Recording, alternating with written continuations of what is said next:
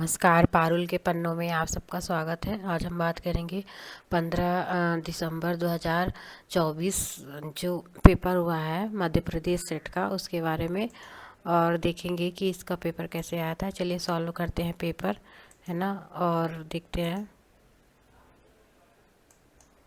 Paper को। ठीक है,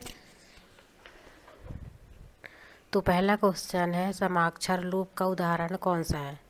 समाक्षर लूप का उदाहरण कौन सा है, तो इसका पहला का क्या होगा, तो ये तीसरा नंबर ऑप्शन, नाक कटा मतलब नकटा। ठीक है, आगे चलते हैं 52 नंबर क्वेश्चन में कि प्राचीन भारतीय आर्य भाषा में अपश्रुति किस कारण होता है ना, अपश्रुति किस कारण से होता है। तो इसका आंसर क्या होगा कि पद की प्रकृति अथवा विभक्ति या प्रत्यय के स्वर परिवर्तन के कारण इसका होता है। ठीक है, इसका 4 ऑप्शन होगा। फिर चलते हैं कि जो भाषा आज हिंदुस्तानी कहलाती है उसी का नाम हिंदी, उर्दू और रेख्ता भी है। इसमें अरबी, फारसी, संस्कृत भाषा के शब्द आए हैं। ये कथन किस विद्वान का है, तो ये गिलक्राइस्ट का कथन है। ओके, आगे चलते हैं। पूर्वी हिंदी का विकास किससे हुआ है, तो अर्धमागधी अपभ्रंश से, है ना। पूर्वी हिंदी जिसमें अवधि वघेली छत्तीसगढ़ी, तो अर्धमागधी अपभ्रंश से इसका विकास होता है। ठीक है, आगे चलते हैं क्वेश्चन नंबर 55 में कि राजभाषा अधिनियम 1963, है ना, राजभाषा अधिनियम 1963 की धारा 3 में कब लागू हुई, तो ये 26 जनवरी 1963 इसका आंसर होगा, पहला ऑप्शन। फिर चलते हैं, अर्थ के आधार पर वाक्य कितने प्रकार के होते हैं, है ना, तो ये 8 प्रकार के होते हैं। और एक अर्थ होता है, एक संरचना, है ना, तो उसमें 3 होते हैं, इसमें 8 प्रकार के होते हैं। आगे चलते हैं, हिंदी की कौन सी बोली जाटू, हरियाणी और के नाम से जानी जाती है, तो बागरू को भी जाटू कहा जाता है। ओके, ये पश्चिमी हिंदी के अंतर्गत ये बोलियां आती हैं।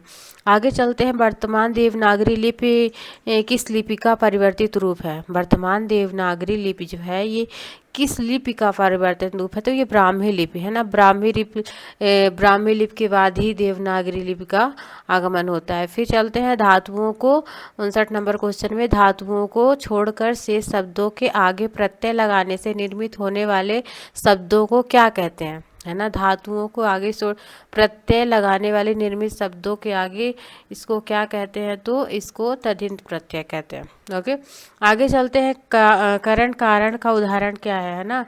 तो देख रहे हैं आप, भाषा से कितने सारे क्वेश्चन आ रहे हैं, तो आपको तैयारी में अपने भाषा के कम से कम 10 क्वेश्चन रखने हैं। ठीक है, चाहे नेट का पेपर हो, चाहे सेट का हो, चाहे किसी राज्य के असिस्टेंट प्रोफेसर का हो, तो आप याद रखिए कि आपको 10 क्वेश्चन भाषा के आने चाहिए। सारी भाषा से पहले यूनिट से एक क्वेश्चन आए हैं, तो ये इसका आंसर क्या होगा, तो ये आप दर्शन से लाभ हुआ, इसका ये कारण है ना। तो कारण क्या है इसका, आपके दर्शन से लाभ हुआ, कारण है दर्शन करना। राहुल संस्कृत्यान ने सिद्धों की संख्या कितनी मानी है, तो 84 मानी है। ये 84 सिद्ध नवनाथ, है ना। तो राहुल संस्कृत्यान ने वैसे भी अगर सिद्धों की संख्या पूछी जाएगी तो 84 ही है। फिर आता है कि विद्यापति के संदर्भ में कौन सा कथन अवलोकन कीजिए। विद्यापति संस्कृत भाषा के प्रथम में कोई ग्रंथ नहीं लिखा, ये गलत है। लिखा है 2 ग्रंथ। विद्यापति दरबारी कवि नहीं थे, भी गलत। विद्यापति मिथिला के थे, ये सही है। विद्यापति ने कीर्ति पताका भट्टा में लिखी, तो इसका सी और गा और घा दोनों सही, तो ये ऑप्शन बी नंबर सही। फिर आगे चलते हैं क्वेश्चन नंबर 63 में कि देश में मुसलमानों का राज्य प्रतिष्ठित हो जाने से हिंदू जनता के हृदय में गौरव, गर्व और उत्साह के लिए वह अवकाश न रह गया था। डैश डैश अपने पुरुष, यहाँ पे डैश डैश के आगे क्या पूछा है कि अपने पौरुष या आताश जाति के लिए भगवान की शक्ति की गौरव, तो ये किसका कथन है, तो रामचंद्र शुक्ल का बहुत इंपॉर्टेंट भक्ति काल से ये लिया गया। ठीक है, मध्यकालीन वैष्णवों और उनके दार्शनिक विचारों को दृष्टि से तो निम्बार्काचार्य ये द्वैतवाद है, ये सही है। वल्लभाचार्य का शुद्ध द्वैतवाद, ये भी सही है। और रामानुजाचार्य का विशिष्ट, माधवाचार्य का अद्वैतवाद, ये गलत है। माधवाचार्य का द्वैतवाद है, ठीक है। और ये अद्वैतवाद शंकराचार्य का है। तो ये ऑप्शन नंबर सी नंबर सही है। ओके। और इसका मेरी एक छोटी सी वीडियो है जिसमें मैंने सारे संप्रदाय को पढ़ाया है, तो आप लोग देख सकते हैं उसको, ठीक है। पंडित राम गुलाम द्विवेदी ने तुलसीदास द्वारा लिखित ग्रंथों की संख्या कितनी मानी है?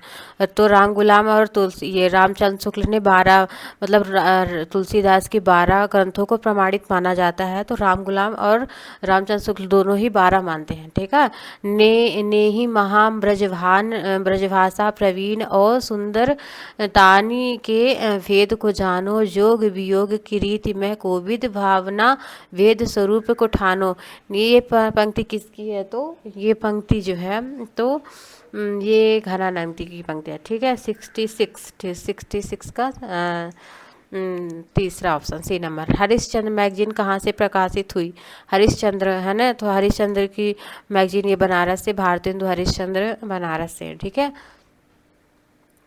आगे चलते हैं। क्वेश्चन नंबर 68 में छायावाद शब्द का प्रयोग 2 अर्थों में समझना चाहिए। एक तो रहस्यवाद के अर्थ में, जहां उसका संबंध काव्य वस्तु होता है, अर्थात जहां कवि उस अनंत और अज्ञात प्रियतम को आलंबन बनाकर अत्यंत चित्रमयी भाषा में प्रेम की अनेक प्रकार से व्यंजना करता है। छायावाद शब्द का दूसरा प्रयोग ही काव्य शैली में होता है। तो ये रामचंद्र शुक्ल का कथन है। ओके, ये रामचंद्र शुक्ल का कथन है, 68 का तीसरा ऑप्शन। फिर चलते हैं रचना और रचनाकार की दृष्टि से सुमेलित कीजिए, मतलब जिसमें गलत है। तो कनुप्रिया ये धर्मवीर भारती की है, लोकायतन भी इनका है, लोकायतन पंत का है, रसमरथी। तो ये कुंवर विष्णुप्रिया कुंवर नारायण की नहीं है, ठीक है। विष्णुप्रिया मैथिली शरण गुप्त की है। फिर चलते हैं निर्मला गोदान, इनको क्रम से लगाना है। तो इसका जो क्रम है, तो ये सी नंबर ऑप्शन है। सबसे पहले प्रेमाश्रय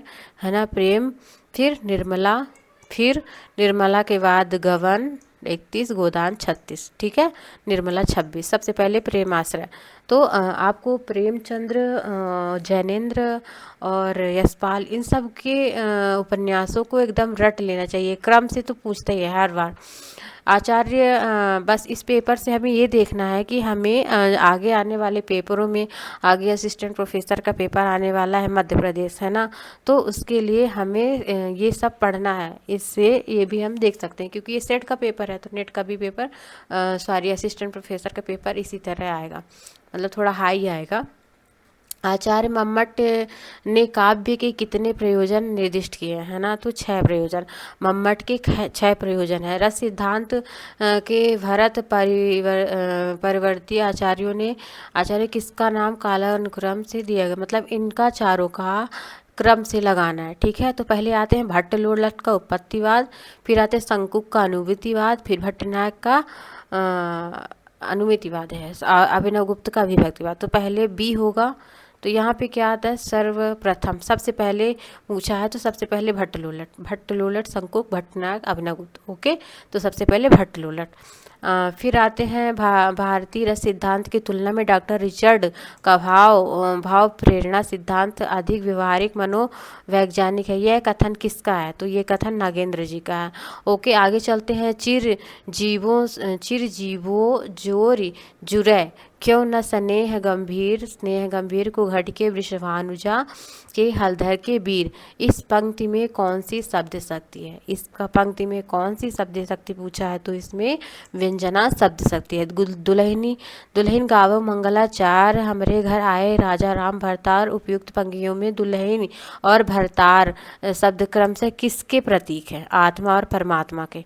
ओके, आगे चलते हैं क्वेश्चन नंबर 76 में कि काव्य की पूर्ण अनुभूति के लिए व्यापार कवि और श्रोता दोनों के लिए अनिवार्य कथन किसका है ना? काव्य की पूर्ण अनुभूत के लिए। तो ये कथन किसका है? तो ये कथन रामचंद्र शुक्ल का है। देख रहे हैं आप पंक्तियों से बहुत सारे क्वेश्चन हैं, 4 से 5 क्वेश्चन हो चुके पंक्तियों के, ठीक है। तो आपको भी पंक्तियों पर ध्यान देना है। निम्नलिखित में से रूपवाद संबंधित नहीं है ना, इनका जिसका संबंध, किसका संबंध रूपवाद से नहीं है? तो रेमंड विलियम का संबंध रूपवाद से नहीं है। प्लेटो के काव्य में कौन से भेद स्वीकार किए गए हैं ना? तो अनुकरण, प्रहसन, ये तो क्रम से इसको लगाना है। तो ये जो है तो क्वेश्चन नंबर ये तीनों है ना, तो मतलब ये अनुकरण का है, वर्णात्मक, प्रगीत और मिश्र महाकाव्य, तो ये तीनों सही है, ठीक है। आगे चलते हैं। मेरे विद्यापीठ के 2 भाग हैं, एक और शरीर, दूसरा मस्तिष्क, अन्य सभी छात्र शरीर और अरस्तु मस्तिष्क, है ना। तो छात्र अरस्तु को मस्तिष्क कहा गया, मतलब कि यहाँ गुरु और शिष्य का संबंध है। तो अरस्तु के गुरु कौन थे? प्लेटो, तो यहाँ प्लेटो लगा देना है। यहाँ पे मस्तिष्क और शिष्य का शिष्य आ गया ना, तो शिष्य अरस्तु का, प्लेटो का शिष्य अरस्तु था, तो यहाँ अरस्तु लगा देना चाहिए था। निर्व्यक्तता के संदर्भ में टी.एस. इलियट से प्रभावित कौन थे? प्रभावित है ना, निर्व्यक्तता से, तो टी.एस. इलियट से प्रभावित क्रिस्टोफर कार्डवेल हैं। ओके, आगे चलते हैं। क्वेश्चन नंबर 81 में लल्लू लाल की कित प्रेम सागर किस रूप में लिखी गई? तो ये खड़ी बोली गद्य, लल्लू लाल की प्रेम सागर खड़ी बोली गद्य की रचना है।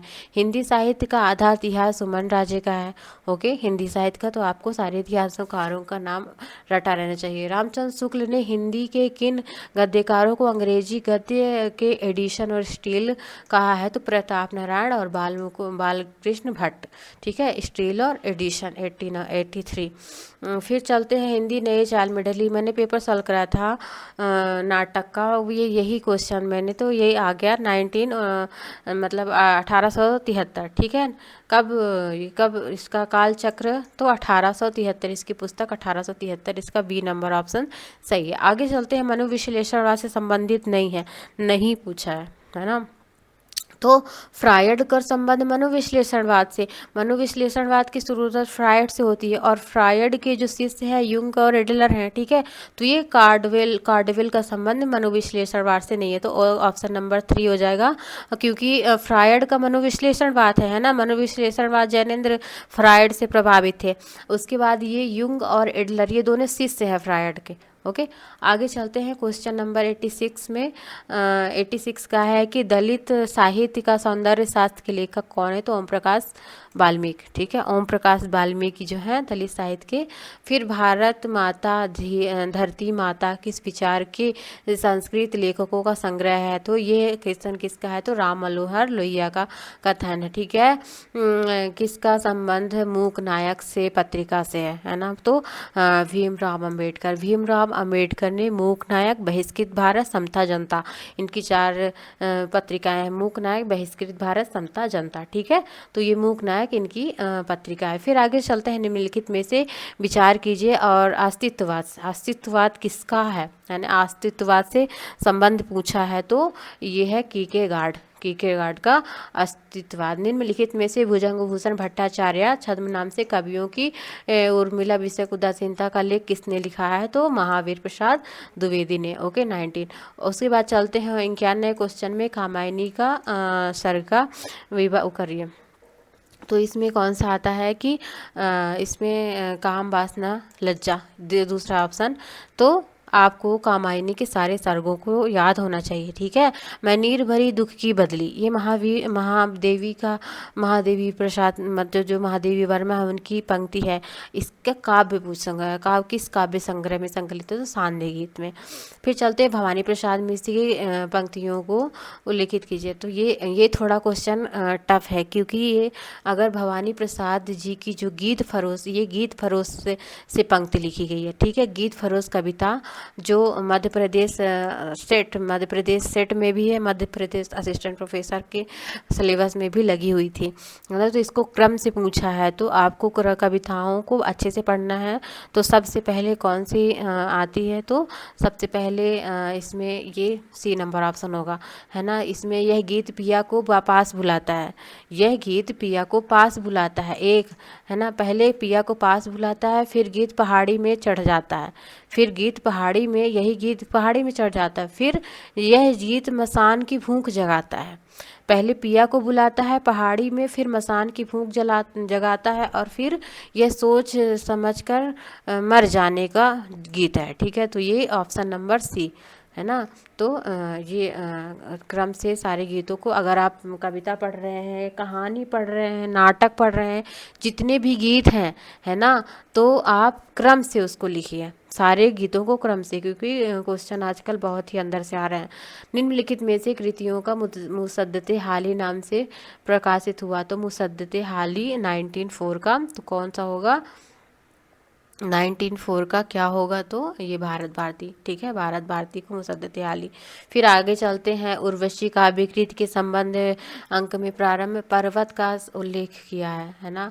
तो किस पर्वत, मतलब उर्वशी जो काव्य कृति है उसके तीसरे अंक के प्रारंभ में जो पर्वत आया है उसका उल्लेख किस पर्वत से है, तो गंधमादक पर्वत से। ठीक है, प्रकाशन वर्ष के अनुसार अक्षय की काव्य कृति को सही क्रम में लगाइए, है ना। प्रकाशन वर्ष के अनुसार अक्षय के सही क्रम का आया है, तो इसमें होगा हरी घास पे छड़ पर बाबरा हेरी, इंद्रधनुष रौदे हुए आंगन के द्वार पार। फिर चलते हैं 97 में, जिन घर कांता ते सुखी, तिह गारो तिह गर्व, कंत पियारा बाहिरे हम सुख भला सर्व। यह दोहा जायसी के पद्मावत के नागमती के वियोग खंड के किस मास का वर्णन, सब कुछ यहाँ पे बता दिया कि इसमें भी पद्मावत से लिया गया है, वियोग खंड के मास का वर्णन पूछा है, तो आषाढ़ मास का। ठीक है, आषाढ़ मास का वर्णन हुआ है। ठीक है, इसमें 12 मासा का वर्णन किया गया है। ओके, आगे चलते हैं कि क्वेश्चन नंबर ये 98, रेवा तट में पृथ्वीराज चौहान, पृथ्वीराज रासों का समय क्या है ना। रेवा तट में पृथ्वीराज का 27वां सर्ग। ठीक है, तो इसमें कितने सर्गों की संख्या कितनी है, इसमें 969 है ना, 69 सर्ग हैं, और 68 छंद है, इसमें 69 सर्ग हैं, 68 छंद है, और पृथ्वीराज रासों का जो समय है 27वां समय है। ओके, आगे चलते हैं क्वेश्चन नंबर इसमें कि दिवस का अवसान समीर था, गगन था कुछ लोहित, तरु शिखा पर थी अवराज थी, कमलिनी कुल पल्लव सी प्रभाव, है ना। तो ये प्रमुख छंद इसमें पूछा है। तो एक दो क्वेश्चन छंद के भी आते हैं, है ना, क्योंकि आप लोगों का 8 जनवरी को नेट का भी पेपर है। तो इसका आंसर क्या होगा, द्रुत विलंबित।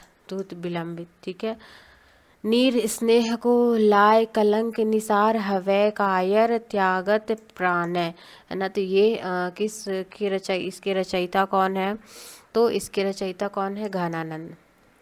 फिर चलते हैं क्वेश्चन नंबर 101, देवरानी जेठानी कहानी उपन्यास में कथानक को किस केंद्र का, मतलब जो उपन्यास है देवरानी जेठानी का, उसमें किस शहर का वर्णन है, तो मेरठ का, है ना, मेरठ शहर का वर्णन है। मेहरिया रख लेना पाप नहीं, हाँ पर रख के छोड़ देना पाप है, यह गोदान में, यह कथन किसका है, धनिया का होरी का धनिया से, तो ये कथन है धनिया का होरी से, है ना, धनिया कहती है होरी से।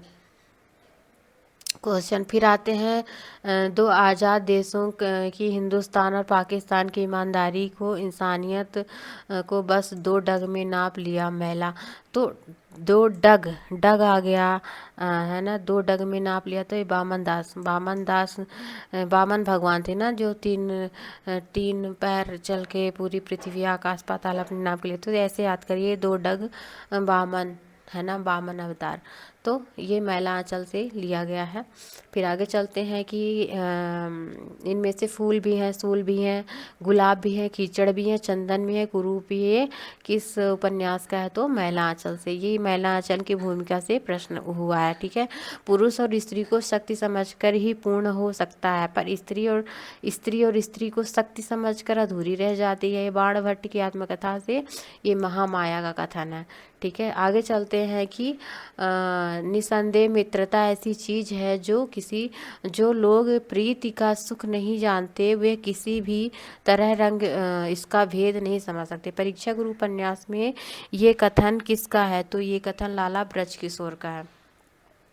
आगे चलते हैं। हर बड़े राजनीति की तरह वे राजनीति से नफरत करते थे, राजनीति का मजाक उड़ाते थे। यह कथन राग दरबारी में किसके लिए किया गया है? तो ये वैद्य जी के लिए किया गया है। ठीक है, ये किसके लिए किया गया है? तो ये वैद्य जी के लिए किया गया। आगे चलते हैं कि आपका बंटी उपन्यास की भूमिका शीर्षक लिखी गई है, तो किस नाम से? वाकुर, एक सांझ की, माँ की, नए पत्ती। तो ये जन्मपत्री बंटी के नाम से है ना, तो ये जन्मपत्री बंटी के नाम से। फिर आगे चलते हैं क्वेश्चन नंबर 109। कृष्णा सोबती जिंदगी नामा कौन सी फिल्म बनी? तो जिंदगी नामा का प्रकाशन है 79 है ना, 1979 में ये लिखा गया जिंदगी नामा। तो ट्रेन टू पाकिस्तान इसकी ऊपर जो फिल्म बनी है, ट्रेन टू पाकिस्तान। ठीक है, फिर आगे चलते हैं। प्रकाशन वर्ष के अनुसार सही विकल्प का चयन कीजिए। तो सबसे पहले शेखर एक जीवनी 44 है ना, शेखर एक जीवनी 1944 में आता है। मैला आंचल 54 में आता है। धरती धन्ना अपना 72 में आता है। और जिंदगी नामा 79 में आता है। तो सी ऑप्शन सही है। फिर चलते हैं क्वेश्चन नंबर 11 में कि कहानियों का सही क्रम है ना, तो एक टोकरी भर मिट्टी 1903 में है ना, 3 में इसका होता है प्रकाशन। और धुलाई वाली 7 है। और ईदगाह 33 है ना, कानून वंगना 13 है। तो 13 किधर है? तो एक टोकरी भर मिट्टी, धुलाई वाली, कानून कंगना। तो इसका ऑप्शन सी नंबर। ठीक है, तो एक टोकरी भर मिट्टी 3, धुलाई वाली 7, कानून में कंगना 13 1913, राधिका रमण प्रसाद ईदगाह 1933। सारी कहानियों को मैंने पढ़ाया है, आप देख सकते हैं उसमें जाके। परिंदे को नई कहानी की पहली कहानी मानने वाले लेखक है नामवर सिंह। ओके, आगे चलते हैं। क्वेश्चन नंबर चंपिया नामक पात्र किसमें है? तो लाल पान की बेगम में। निम्नलिखित कहानियों का सुधीर जो है पिता, धुनीराम तीसरी कसम, करीमुद्दीन परिंदे, करीमुद्दीन नौकर है, और अनीता राही की पात्र है। तो ये क्वेश्चन आंसर नंबर 3। उसने कहा था कहानी की पृष्ठभूमि क्या है ना? प्रथम भारत का स्वाधीनता, प्रथम विश्व युद्ध, द्वितीय विश्व युद्ध। तो ये प्रथम विश्व युद्ध मैंने जब उसने कहा था पढ़ाया था, तो मैंने सीधे सीधे उसमें बताया था, मैंने बहुत अच्छे से उसमें बताया है कि ये प्रथम विश्व युद्ध पर आधारित है। प्रथम विश्व युद्ध 1914 से शुरू होता है, और ये इसका कहानी का प्रकाशन 1915 है। ठीक है, 1914 से 18 के बीच जो भी युद्ध हुआ था, प्रथम विश्व युद्ध, तो मैंने उसमें पढ़ाया था, तो आप कहानी जो जाके देख सकते हैं। ठीक है, आगे चलते हैं। 116 कौन सा कथन सही नहीं है? प्रेमचंद का दुनिया का अनमोल रत्न कहानी सोजे वतन संग्रह में प्रकाशित हुई। उसने कहा था एकमात्र शैली है। उसने कहा था गुलेरी जी की एकमात्र कहानी है। तो ये गलत है, क्योंकि गुलेरी जी ने 3 कहानियाँ लिखी। उसने कहा था सुखमय जीवन और बुद्धू का कांटा, इन्होंने 3 कहानियाँ लिखी हैं। और इसमें क्वेश्चन है कि सत्य नहीं पूछा है ना, सत्य नहीं, तो ये सत्य नहीं है। बाकी ये राजा निर्वंशिया दोहरे कथा का शिल्प है, ये भी सही है। शेखर जोशी की कहानी कोसी के घटवार 1958 में प्रकाशित हुई, ये भी सही है। ठीक है, तो ये ऑप्शन नंबर 2 गलत है। निम्नलिखित में से सही उत्तर का चयन कीजिए। आगजे के गैग्रीन विज्ञान के धरातल गहरी बैठी हुई कहानी है। यह घटना जैनेन्द्र की कहानी घटना के स्तर पे मनोवैज्ञानिक सत्य को प्रयास करती है। तो ये भी दोनों ही सही लग रहा है मुझे। ठीक है, तो दोनों सही है। फिर चलते हैं कि चंद्रदेव से मेरी बात कहानी कथावश शैली से संबंधित है। तो इसमें पत्रात्मक शैली, व्यंग्यात्मक, राजनीतिक अर्थ, तो ये तीनों इसमें दिए गए हैं। ठीक है, ये तीनों चीज़ें हैं। चंद्रदेव की पूजा उसमें नहीं होती है, तो इसमें पूछा है कौन सा नहीं है, तो चंद्रदेव की पूजा नहीं होती है। मैंने चंद्रदेव से मेरी बात जब पढ़ाई थी तो मैंने इसमें बताया था कि इसमें पत्रात्मक शैली का प्रयोग किया गया है, व्यंग्यात्मक भाषा है ना। तो चलिए आगे चलते हैं। कानून में कंगना का प्रकाशन 1913 है। ठीक है, 1913, राधिका रमन प्रसाद सिंह। फिर आगे चलते हैं। आंचलिक कथाकार कौन से हैं, तो फणीश्वरनाथ रेणु। जैनेन्द्र जो है मनोविश्लेषणवादी है। कृष्णा सोबती विभाजन पर लिखती हैं, और जयशंकर प्रसाद छायावादी है। ओके, आगे चलते हैं। 130 नंबर में चंद्रगुप्त नाटक में कौन सा पात्र नहीं है, तो चंद्रगुप्त में सिंहरण है, नंद है, दंडान है, खिंगिल नहीं है। खिंगिल नहीं है। ये स्कंदगुप्त और ध्रुवसाम्नी दोनों में देखने को मिलता है, और खिंगिल जो है ध्रुवसाम्नी में आता है दूत बनकर, है ना। तो ये नहीं है, नहीं पूछा है। ठीक है, फिर अंधा युग नाटक के संबंध में कौन सा असत्य पूछा है। असत्य, अंधा युग नाटक से कथावत सत्य स्वकल्पित है, तो स्वकल्पित नहीं है। ये इतिहास पर आधारित है, महाभारत पर आधारित है, तो ये कथन असत्य पूछा है, तो पहला कथन असत्य है। इसमें दृश्य परिवर्तन, अंक परिवर्तन है, सही है। गायन की योजना है, यह नाटक संवाद मुक्तक शैली है। इस नाटक में 5 अंक उसमें विभाजित किया है, और बीच में अंतराल है, ये सही है। शक्ति के कारण तुम्हारी नियत तय करने का उसे अधिकार था। सवाल है, उसने जो तय कर दिया उस पर तुम चले क्यों नहीं। याद है ना, जब तुम विरोध की भाषा अपनाई, सत्ता ने तुम्हारे अस्तित्व पर सीधे हमला किया, कभी प्रलोभन देकर, कभी आतंक जमाकर। इसीलिए विरोध मत करो, सब विरोध बकवास है। तो ये किस नाटक से लिया गया है ना। तो ये किस नाटक से लिया गया है, तो ये एक द्रोणाचार्य से लिया गया है ना।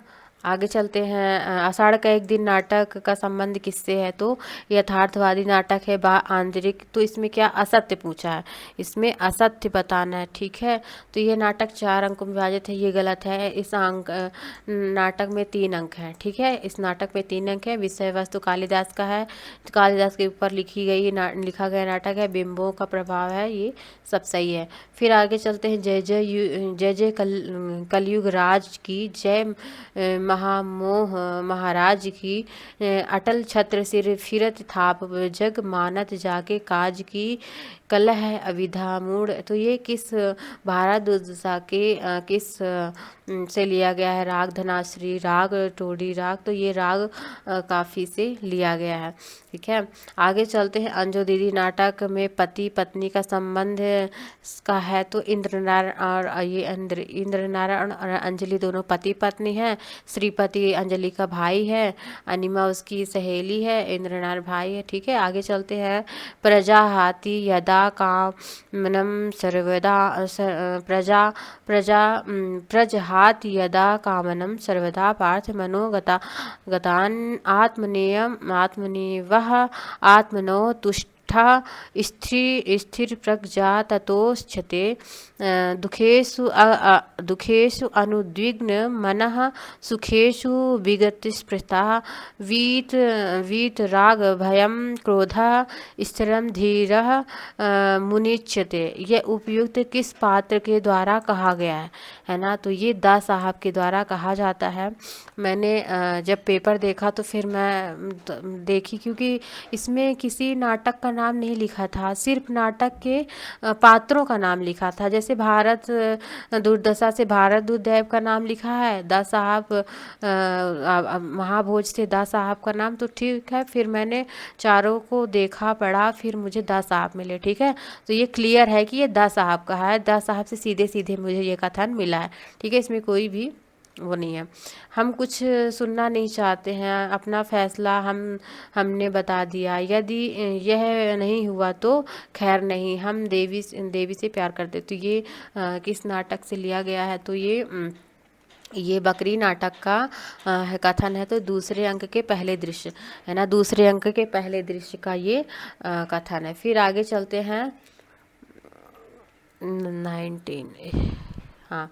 फिर चलते हैं ककड़ी वाला। ककड़ी वाले की पात्र क्या है? ककड़ी वाला तो आगरा बाजार, है ना, आगरा बाजार में ककड़ी वाला है। चंद्रकला मनोरमा किस नाटक की पात्र है? तो सिंदूर की होली। फिर चलते हैं जन्म दिया माता सा जिसने किया सदा लालन पालन, जिसकी मिट्टी जल से ही है, रचा गया हम सबका तन। यह किसकी रची हुई पंक्तियां हैं? तो ये मन्नन द्विवेदी की पंक्तियां हैं। दिल्ली दरबार दर्पण में निम्नलिखित में से कौन सा कथन सही नहीं है? सही नहीं, ये दिल्ली दरबार दर्पण 1 जनवरी को होता है, बिल्कुल सही है। हिंदुस्तान के इतिहास में सदा प्रसिद्ध है, बड़े ही भारी मैदान में 5 मील, ये भी सही है। श्रीयुत बायसराय का गोल चबूतरा नहीं है, चटकोर चबूतरा है ना, चटकोर चबूतरा, तो ये गलत दिया है। फिर है भारतोन्नत कैसे हो सकती है? निबंध का प्रारंभ किस शहर से होता है? तो बलिया शहर से, है ना, बलिया शहर से होता है, जिसमें भारतेंदु उसमें भाषण देते हैं, ठीक है, बलिया में। निम्नलिखित में से सुमेलित कीजिए। उधर प्रभात ने अपनी सफ़ेद किरणों से अंधेरी रात की सफ़ेदी सी छिटकाई, इधर प्रेमी प्रेयसी, तो ये मजदूरी और प्रेम, ये सही है, मजदूरी और प्रेम से ही है।